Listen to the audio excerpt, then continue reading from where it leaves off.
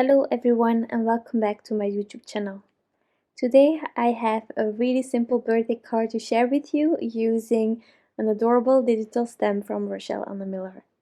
This one is called Bunny Guinea Balloon and I just love these two critters. There is some sort of a series out there by Rachelle Anne Miller and they are just all so adorable. I will definitely feature them all, some here, some others on the Rachelle Anne Miller YouTube channel, because I just adore this bunny, this Guinea. It's amazing. I printed them out, or this image out, onto Transotype perfect coloring paper using my laser printer, and of course I'm using my Copic markers to color them in. Now, really simple coloring, as I always say. I'm using some combinations that I love and that I use all the time. For this bunny, for example, I'm using E35, E33, E53, and E51. However, if you want to revisit the color combination, there is always the combinations listed on my blog post. That's easy for reference. Also, if you want to revisit the colors later, that's an easy place to find everything and just get your list or anything you need. What I love doing is coloring from darkest to lightest color, and well, everyone his own preferences, of course. It also works in other ways, coloring with alcohol markers. And since I'm using Transotype perfect coloring paper, I tend to go over all of the elements at least twice. You can definitely do more, less if you need to.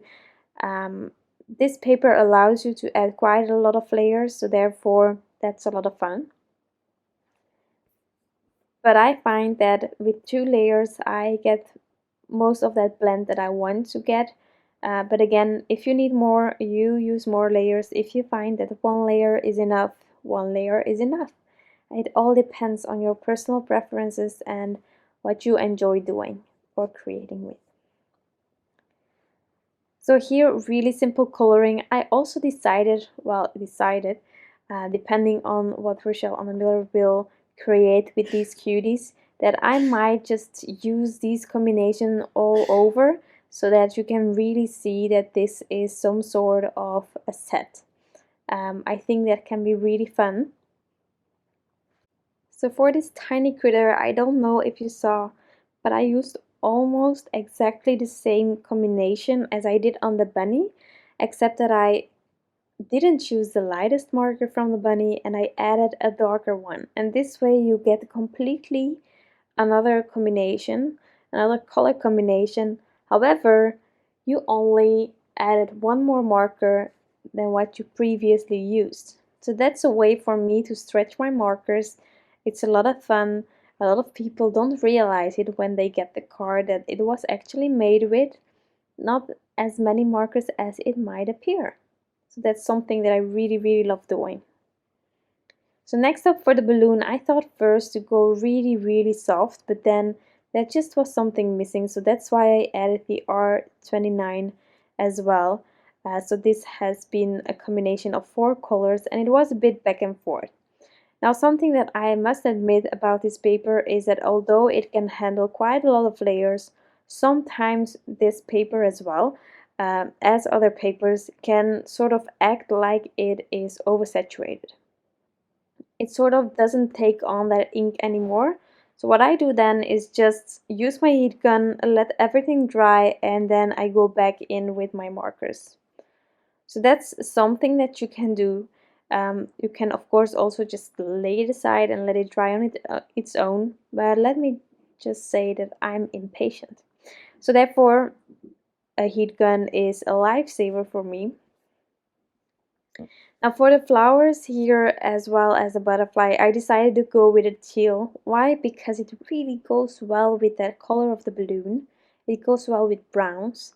And later on I will also add a colorful grounding kind of area. It goes well with the light green that I will use as well. So that's a lot of fun, and at the same time you're adding another color. You don't need to, you can also reuse colors that you already have. It's a way to keep it simple and it's something that I like doing. But in this case, however, with this cute bunny and the Guinea, I thought why not? So for the greenery, I'm using one of my all-time favorite green combinations, being yellow green 17, 03 and 00, which is a really fresh and bright green combination. Now I didn't want my grounding or my grass to end on a straight line, so I sort of tried to get some sort of an organic end result. That is why I'm some sort of scribbling that color all around. And of course, a second layer to help me.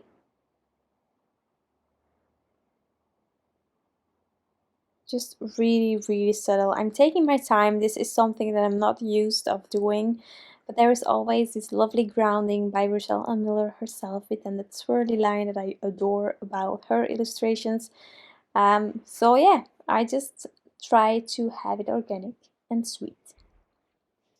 I also found that it wasn't dark enough, so that's why I added that yellow green 17, but I didn't add too much neither, just there where the bunny was going to create some sort of shadow in the background. And then of course I'm using those other markers again to sort of soften those edges out. And then next, let's die cut this image. I decided to use the Blueprints 27. It's a die that I use all the time. It gives this gorgeous edge and stitching details at the same time. And then what you can do is to play with a bit of color in the background. Now, many ways you can just use some colored paper. You don't need to use that. You can also just leave the edge white, or you can use some pattern paper. And in this case, I used some blue pattern paper from the Pretty in Plaid paper pad from My Favorite Things. It sort of goes well with that teal that I used on the flowers and the butterfly.